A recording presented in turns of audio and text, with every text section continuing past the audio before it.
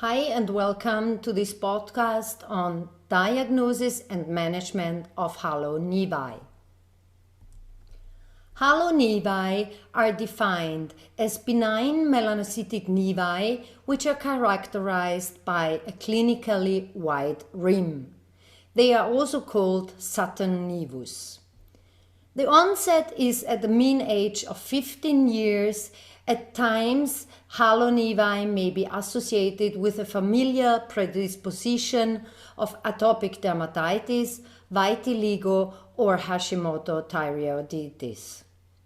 In the pathogenesis, there is a progressive destruction of nevus cells by T lymphocytes. Clinically, they usually present as multiple, often clustered lesions on the trunk. Upon dermoscopy, halo nevi mostly reveal a globular or structureless brown pattern. The natural evolution of halo nevi is characterized by 4 clinical and dermoscopic stages. The first stage is characterized by the initial progress of regression.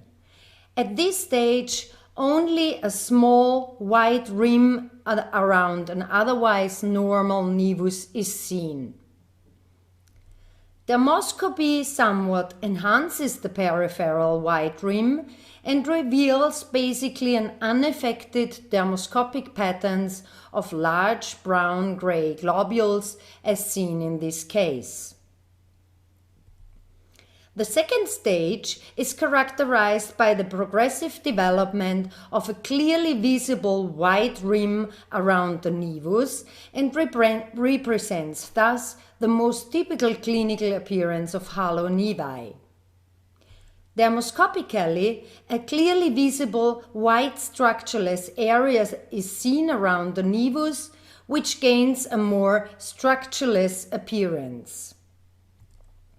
The third stage is characterized by the nearly disappearance of the nevus. At this stage, no pigmentation is anymore visible. The residual nevus appears reddish and flattened. Upon dermoscopy, no pigmented patterns are visible.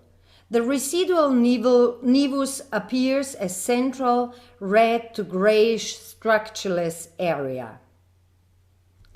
The last and final stage is typified by a complete regression of the nevus. At this stage, no central component is anymore visible. This stage, the white macule may persist or may develop into normal skin. Dermoscopy at this stage reveals large structureless white areas in the absence of any recognizable nevus component or patterns.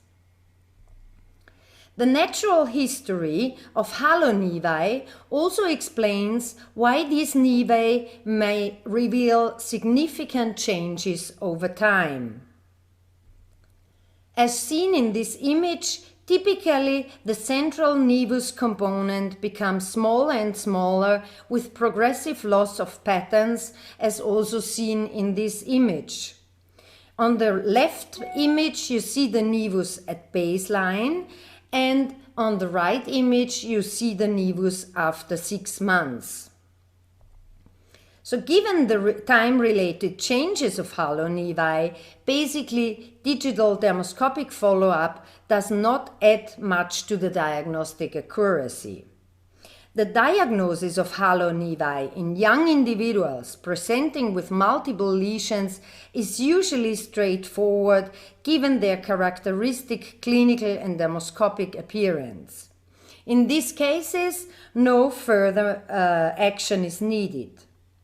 However, biopsy is generally recommended for adults presenting with a solitary halo lesion. This is also because sometimes melanoma may present clinically with a halo, as demonstrated in this image of a 38-year-old man.